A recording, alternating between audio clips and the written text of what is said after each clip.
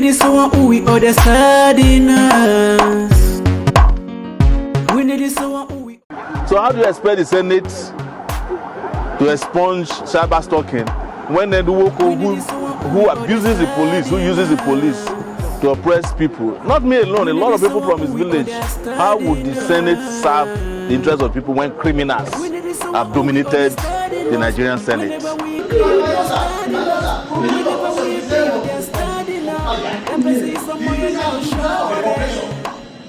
Not for a corporation to probably be arraigned and be charged before a court. A representative of that corporation must be appointed, and that this goes to the issue of jurisdiction.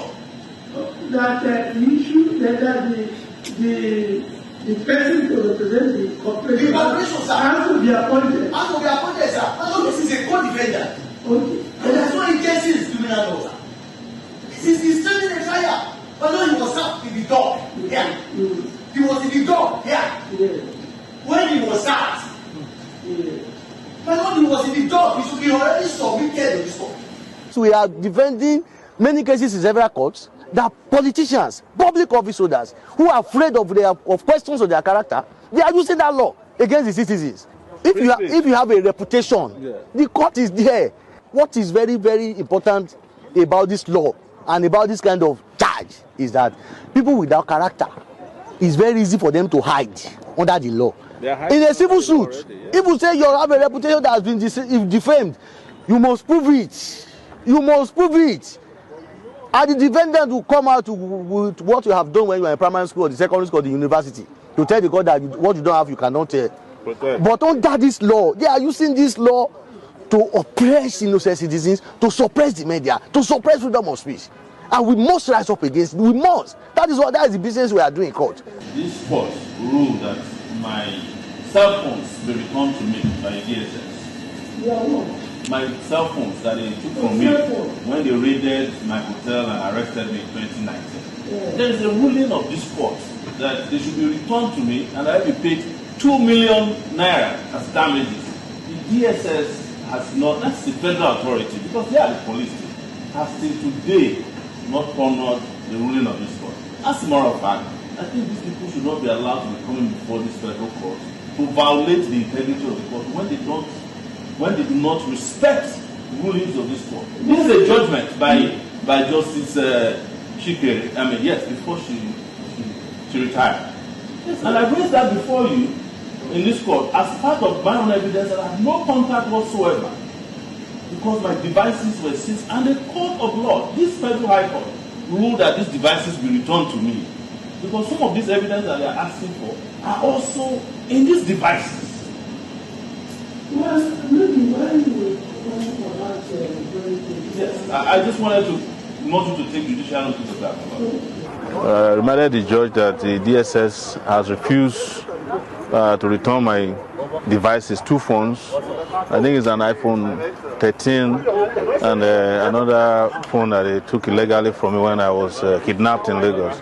The judge was surprised, and he said it will be part of the conversation in the future.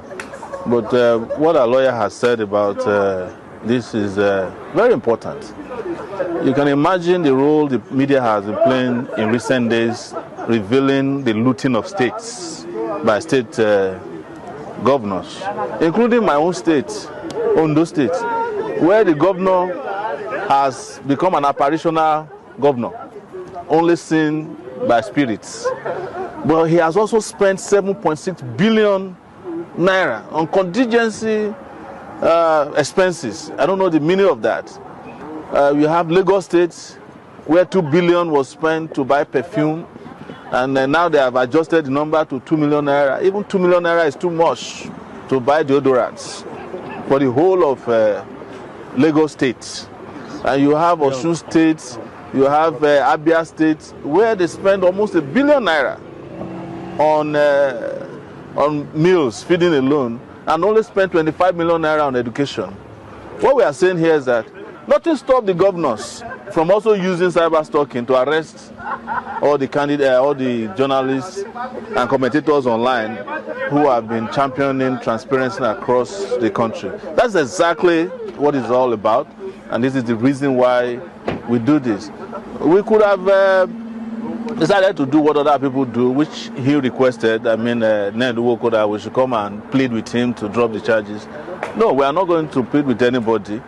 He is the one who came to court to disgrace himself, and he must be disgraced. But funnily enough, those are the kind of characters you have in the Senate. So how do you expect the Senate to expunge cyber stalking when Ned Woko, who abuses the police, who uses the police to oppress people? Not me alone, a lot of people from his village.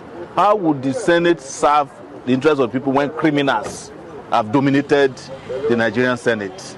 That's the problem. When you have lawbreakers appointed to be or elected to be lawmakers, you say elected, quote and unquote, because most of them did not win elections, and you want them to go and make laws that will serve your own purpose, you are wasting your time.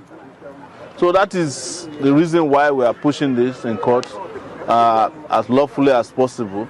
But where necessary, we will also take other actions necessary. By all means necessary, we must liberate this country from the claws of criminals who have hijacked our country. Thank you very much again for listening to us. We'll be back in court on December 5 for my treason trial.